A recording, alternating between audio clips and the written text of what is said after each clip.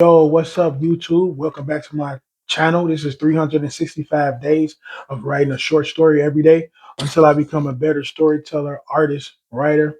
All right, so we got the revised version of Luck of the Miner. It's polished. I mean, that goes without saying. It's revised, but I'm gonna say it's more structured. It flow a little better, and I like the story though. So this is what's this, day 31. Day 31. Technically day one of the second month, but I'll just say 30, 31. The videos got messed up when I was uploading. Whatever, 31, day one, whatever. Just know that it's still 365 days. I haven't missed a day. But without further ado,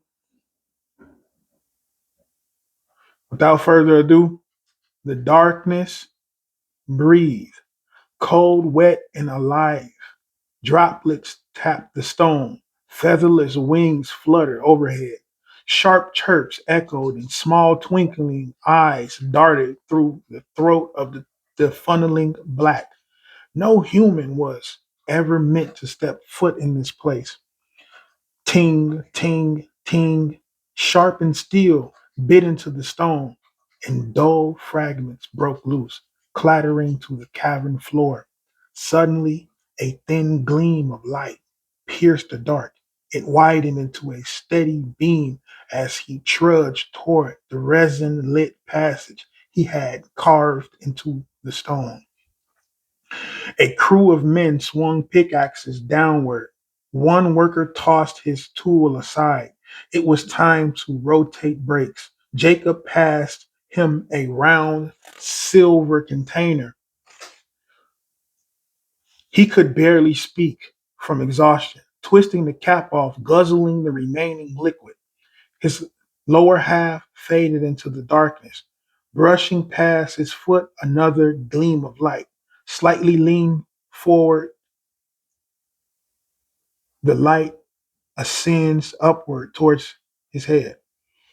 As he fades completely into the sea of darkness, Jacob Jacob had been mining with his father since he was 11 years old, up until he passed from a disease called black lung. Now Jacob has taken over his father's digging site. His father had a keen eye for finding gold. One time he discovered a nugget the size of a raccoon. They chipped away at sections to hand over to the overseer. At the end of their at the end of the day, he would then trade it to a merchant. His father didn't like that, so he decided the next day he'd hide a few chips in our pockets, caps and shoes, and anywhere else we could stuff them. Then my then my father reburied the whole of the nugget in a new plot near the dig site. Jacob pocketed more pieces every time they returned to the site. Their shift had come to an end.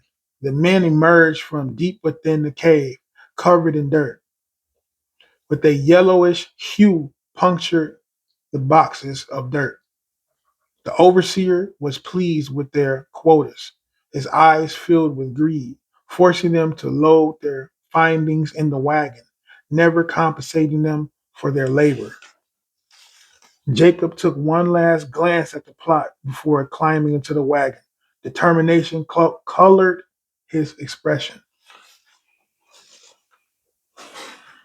Now that's one of the shortest stories, and I'm not even gonna lie. I had more of a harder time moving the story along this time, so I really tried my best with moving the story along this time. I can honestly say that, and but that's part of the process, man.